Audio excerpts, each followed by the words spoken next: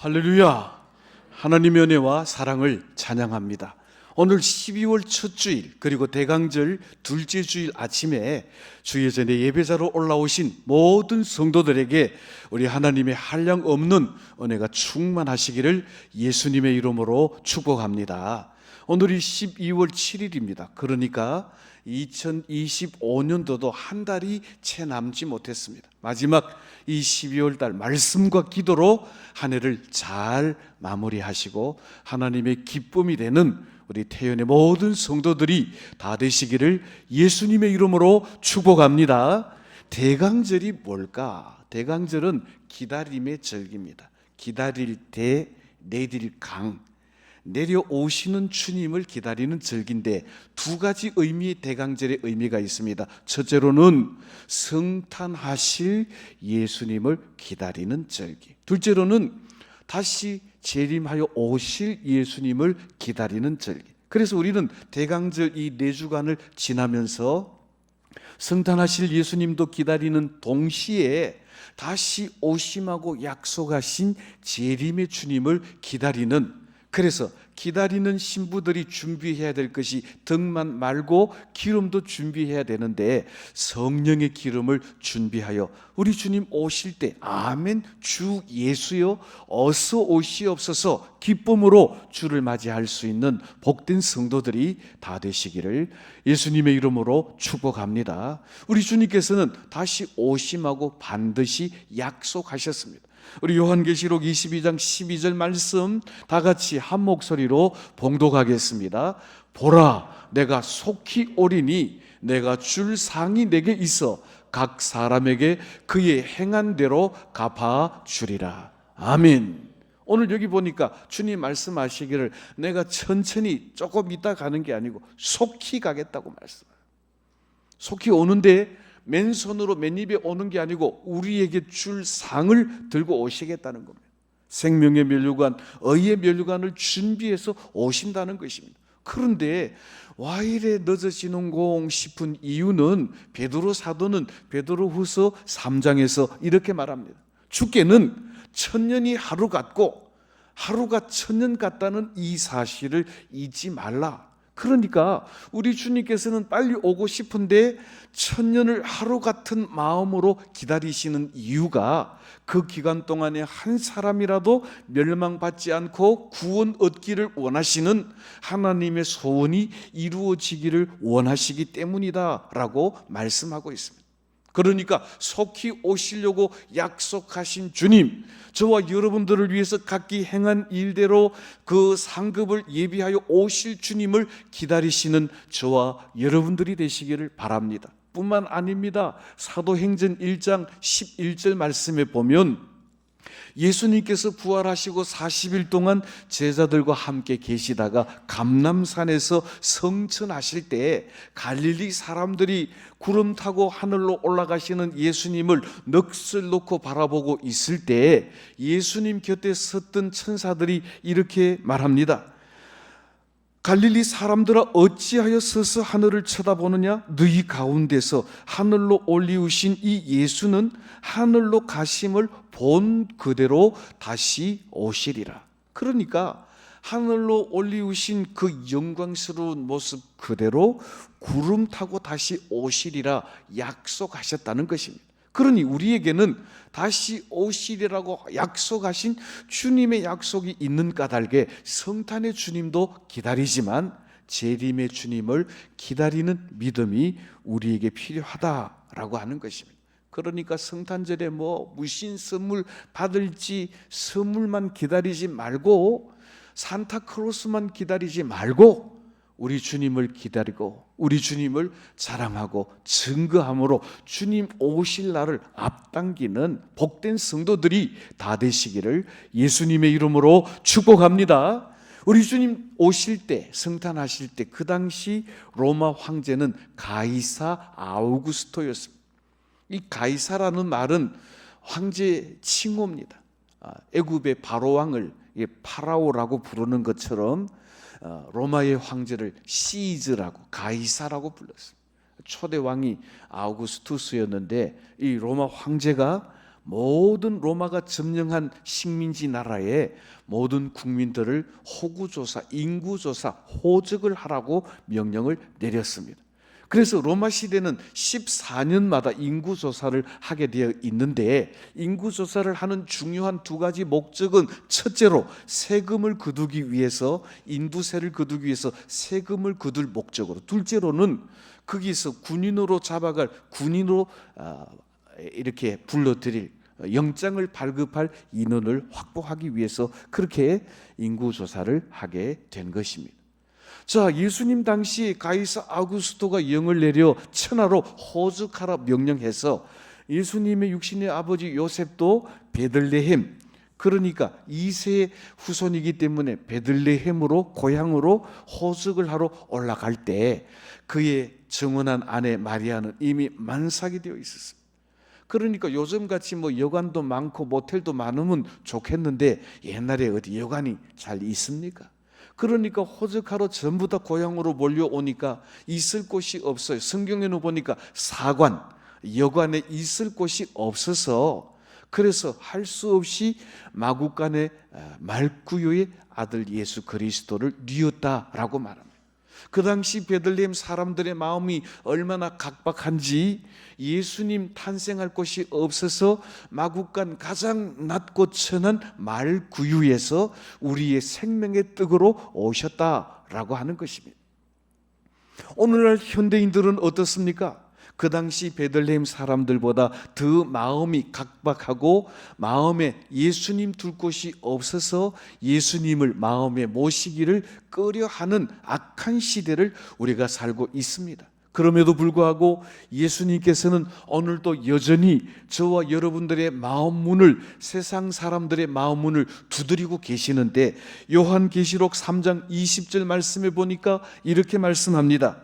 내가 문 밖에 서서 두드리노니 볼지어다 누구든지 내 음성을 듣고 문을 열면 내가 그에게로 더불어가 그로 더불어 먹고 그는 나로 더불어 먹으리라 라고 말씀하십니다.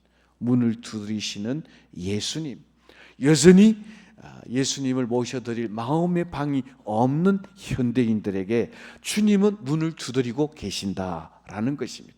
그러므로 이 대강절, 주님의 성탄과 주님의 재림을 기다리는 이 절기에 우리는 주님의 스피커가 되어서, 우리 주님은 구원자시라고, 우리 주님은 다시 오신다고, 성탄의 주님, 재림의 주님을 자랑하고 증거하는 아름다운 믿음의 일꾼들이 다 되시기를 예수님의 이름으로 축복합니다. 창세기 3장 15절 말씀에 보면 모세 오경인데, 모세가 예수님은 여자의 후손으로 오실 것을 예언하신 이래로 수많은 선지자들과 시편 기자들이 예수님의 성탄을 예언했습니다. 그런데 수많은 이 선지자들 가운데 예수님의 성탄과 예수님의 직분과 예수님의 죽으심과 예수님의 부활하실 것을 가장 많이 예언한 선지자가 있으니 그가 바로 오늘 본문에 나오는 이사야 선지자입니다.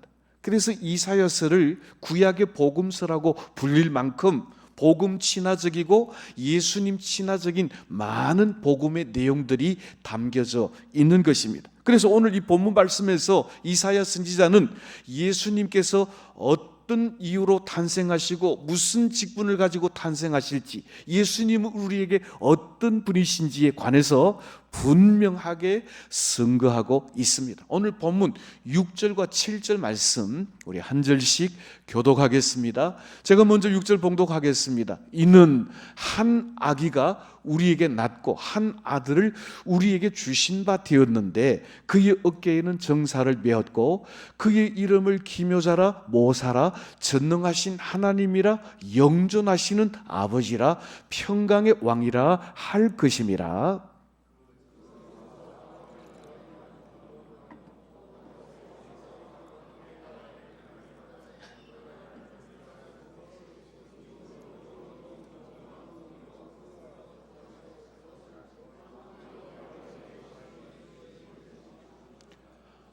아멘. 조금 길어서 중구난방으로 읽으셨는데 안 읽는 분도 계셨고 이 읽으라고 할 때 한 번씩 읽으면 마음에 새겨집니다.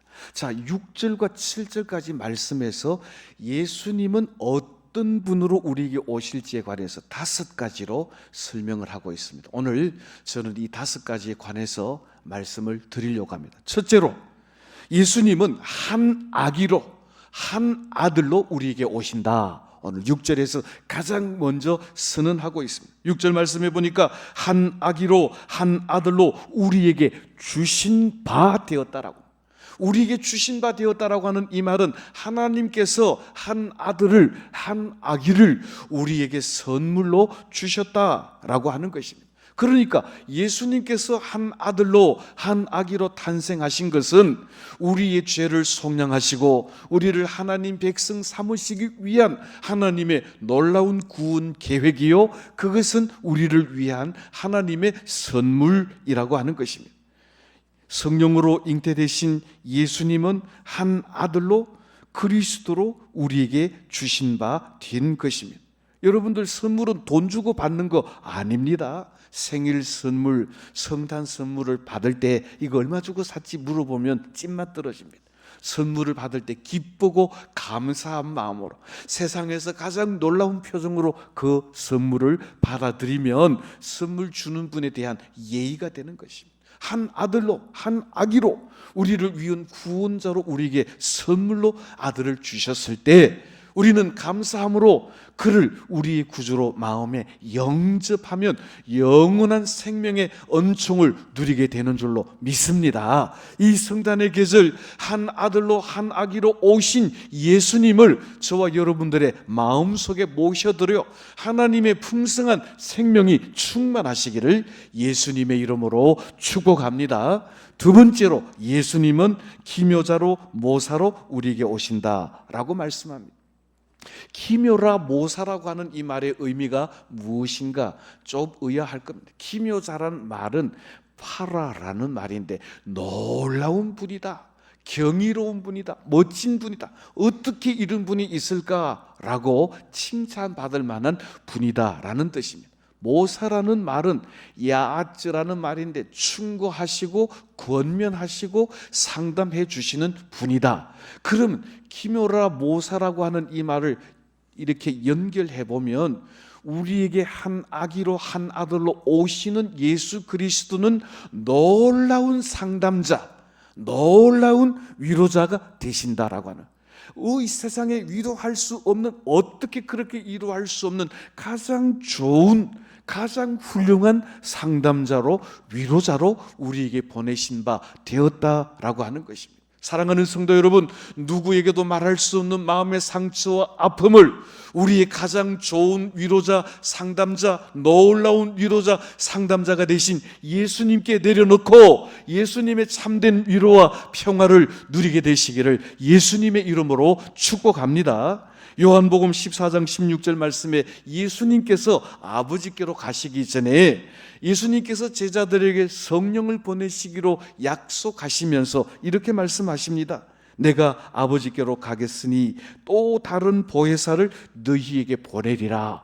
이 보혜사라는 말씀을 하셨는데, 그런데 그 앞에 접속사가 있습니다. 또 다른 보혜사. 그러니까 그 앞에 보혜사가 계셨는데 원래 보혜사는 놀라운 기묘자, 놀라운 모사, 우리의 놀라운 상담자가 되시고 위로자가 되시는 예수님께서 원보혜사셨고, 예수님께서 아버지께로 가실 때 또 다른 보혜사 파라클레이토스, 우리 곁에 오셔서 우리를 위로하시고 우리를 인도하시고 우리를 상담해 주시는 성령을 보내시겠다라고 말씀하셨습니다. 그러니까 성령을 보내시기 전에 원래 놀라운 상담자로, 놀라운 위로자로 보내심을 받으신 분이 바로 예수 그리스도시다라고 하는 것입니다. 사랑하는 성도 여러분, 오늘 이 아침 우리에게 기묘자로 모사로 오신 놀라운 위로자, 위대한 상담자이신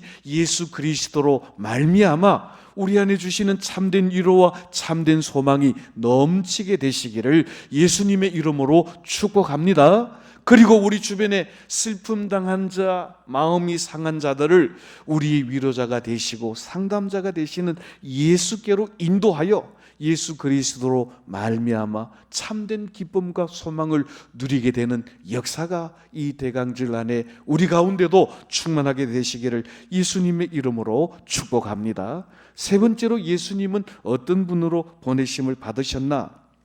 오늘 6절 말씀해 보니까 전능하신 하나님으로 영존하시는 아버지로 우리에게 보내셨다라고 말씀하고 있습니다.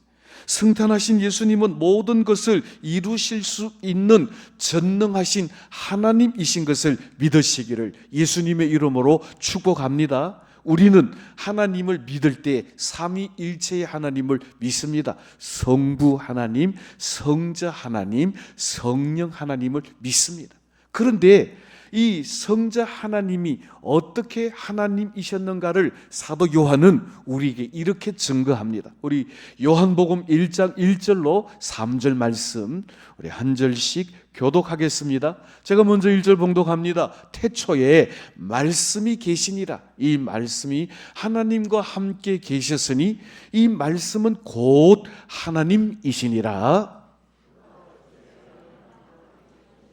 다 같이 봉독합니다. 만물이 그로 말미암아 지은 바 되었으니 지은 것이 하나도 그가 없이 된 것이 없느니라. 아멘. 사도 요한은 매우 논리적으로 말씀이신 예수 그리스도께서 어떻게 하나님이신지를 설명하기를 태초에 말씀이 계셨다. 이 말씀이 곧 그리스도신데 말씀이 하나님과 함께 계셨고 하나님과 함께 계신 이 말씀이 곧 하나님이시고 말씀이신 하나님께서 천지 만물을 창조하셨다라고 하는 것입니다. 여러분들 창세기 1장을 펴보면 태초에 하나님이 천지를 창조하십니다.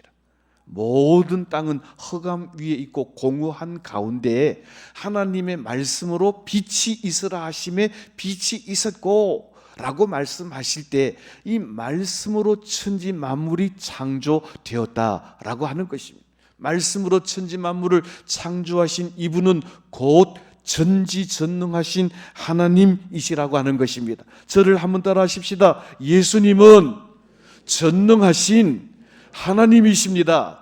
예수님이 전능하신 하나님이시라고 하는 이 말의 의미는 예수님이야말로 나의 모든 필요를, 나의 모든 연약함을 채우시고 모든 필요한 것들을 주실 수 있는 전능하신 아버지 하나님이시라고 하는 것입니다. 그러므로 우리는 필요한 것이 있을 때, 부족한 것이 있을 때 사람 앞에 손 내밀었다가 부끄러움을 당하지 말고 영원하시고 영존하신 하나님이신 예수님께, 가까이 계신 주님께 간구하심으로 채우심을 얻고 풍성함을 누리시는 복된 성도들이 다 되시기를 예수님의 이름으로 축복합니다. 영존하시는 아버지라고 하는 이 말은, 영존이라는 말은 시간적 의미로 영원하다는 뜻이 있고 공간적인 의미로는 어디든지 계시는 분이라는 것입니다.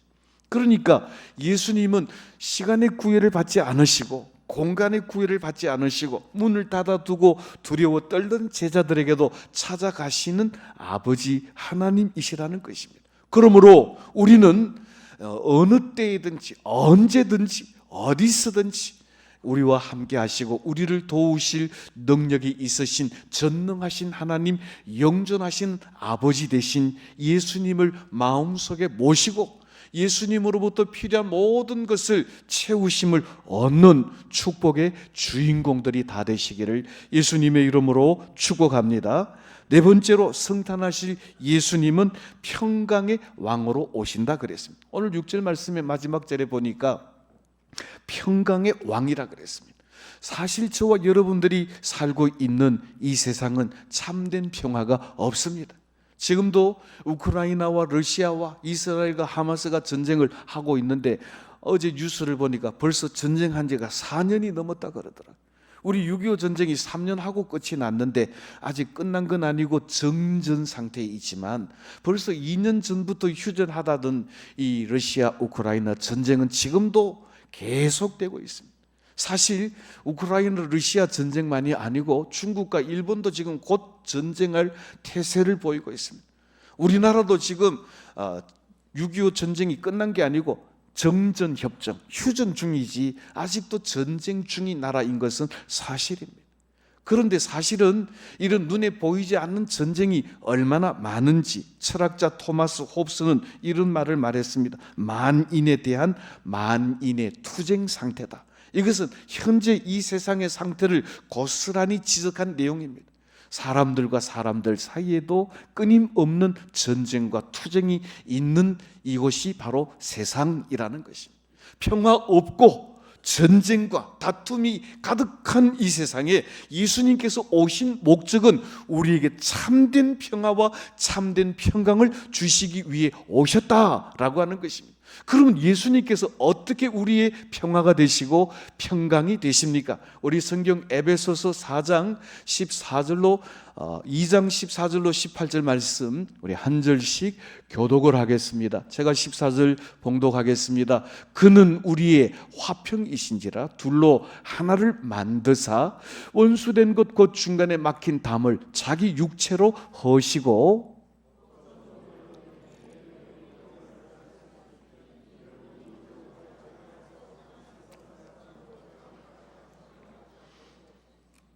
또 십자가로 이 둘을 한 몸으로 하나님과 화목하게 하려 하심이라. 원수된 것을 십자가로 소멸하시고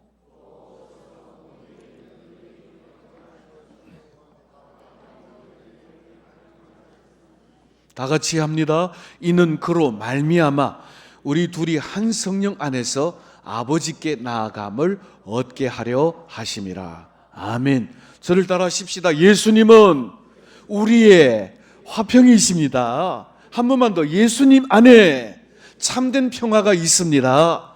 가장 먼저 하나님과 우리 사이에 죄로 말미암아 막힌 담을 그의 육체로 허시고 하나님과 우리가 화목하게 하시고 화평하게 하신 후에 이제는 우리 둘이 하나가 되어 연합하여 하나님께 나아감을 얻게 하시는데, 여러분들 주님의 십자가를 보면 위로 수직적으로 하나님과의 화목을 이루고 수평적으로 이웃과의 화평과 화목을 이루어 담대하게 하나님께 나아갈 용기와 담력을 얻게 하신다라고 하는 것입니다.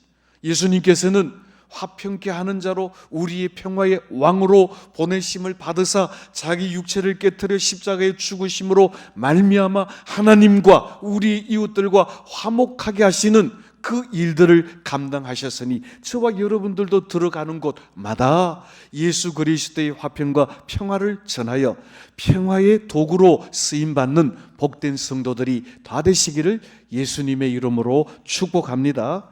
이제 마지막 다섯째로 예수님께서 이 땅에 오신 것은 온 우주를 다스리시는 왕으로 오셨다라고 하는 것입니다. 오늘 본문 7절 말씀해 보니까 그 정사와 평강의 더함이 무궁하며 또 다윗의 왕자와 그의 나라 위에 군림하여 그 나라를 굳게 세우고 지금 이후로 영원히 정의와 공의로 그것을 보존하실 것이라. 따라하십시다. 만군의 여호와의 열심히 이를 이루리라.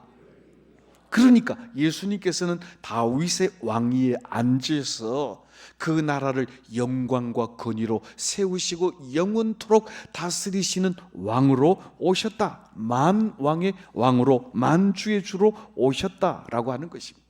오늘 6절에도 보면 그 정사를 어깨에 메었다, 7절에서도 그 정사를 어깨에 메었다라고 말하는데, 왕이신 예수님께서 왜 모든 무거운 짐들을 그의 어깨에 메실까요?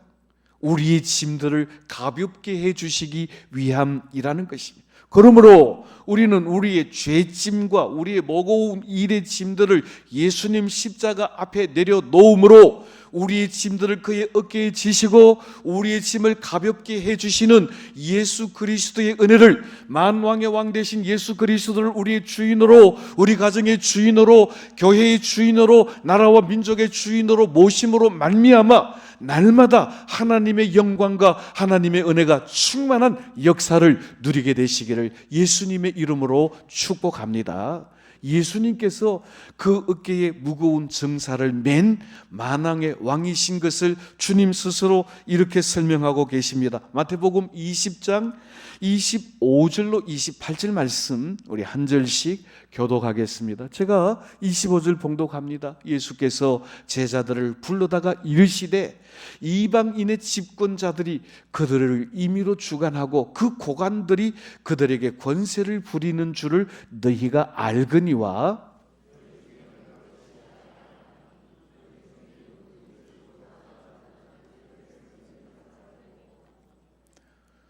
너희 중에 누구든지 어떠함이 되고자 하는 자는 너희 중에 종이 되어야 하리라.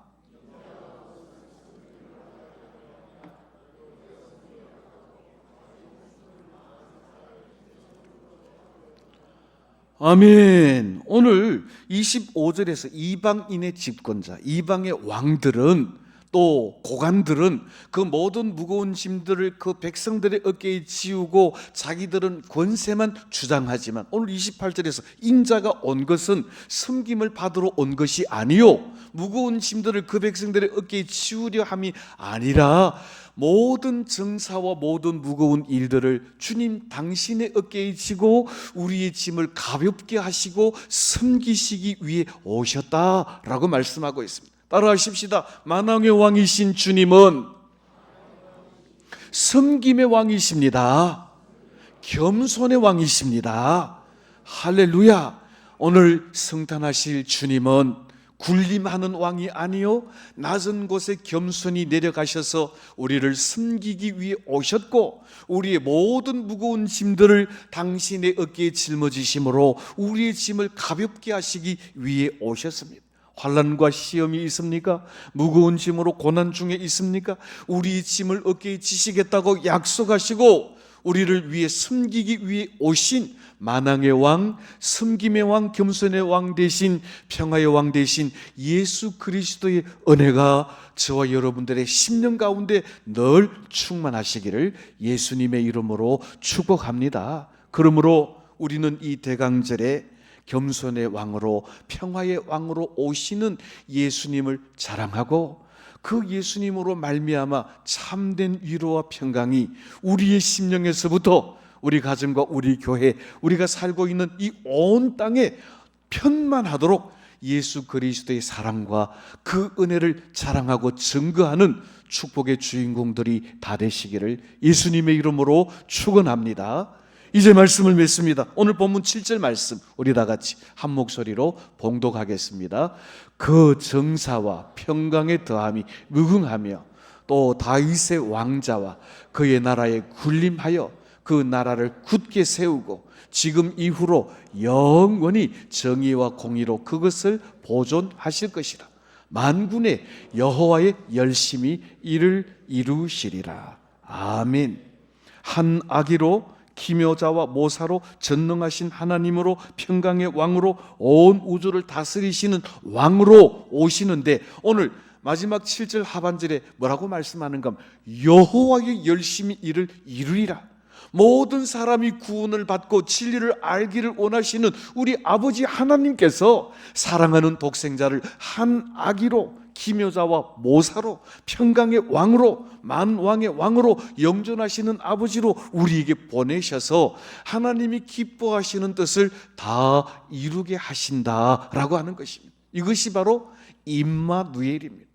이사야 7장 14절 말씀에 보니까 보라 처녀가 잉태하여 아들을 낳을 것이요 그 이름을 임마누엘이라 하리라. 따라하십시다. 하나님이 우리와 함께 계시다.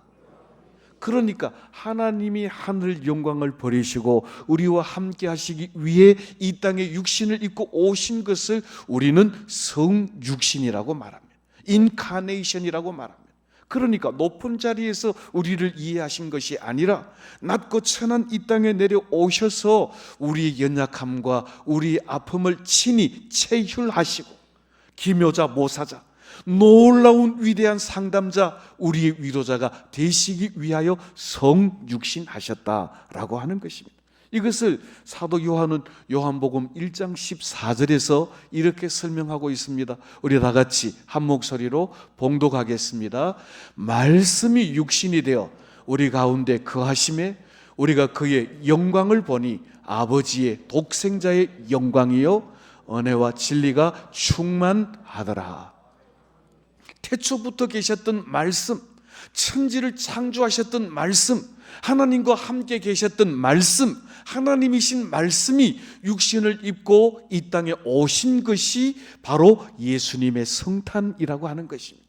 성탄절에 그저 산타나 기다리고 받을 선물을 기다리는 절기가 아니라 우리의 한 기묘자로 모사로, 우리의 위대한 상담자로, 우리의 평화의 왕으로, 우리의 구원자로 오실 예수님을 기다리고 증거하는 절기가 바로 이 대강절이요 성탄절인 것을 기억하며 말씀이 하나님이 육신이 되어 우리 가운데 오신 그분을 기억하고 기다리며 그 성탄의 주님을 사랑하고 증거하는 우리 대구 태은교회와 온 성도들이 다 되시기를 성탄하실 예수님의 이름으로 축복합니다.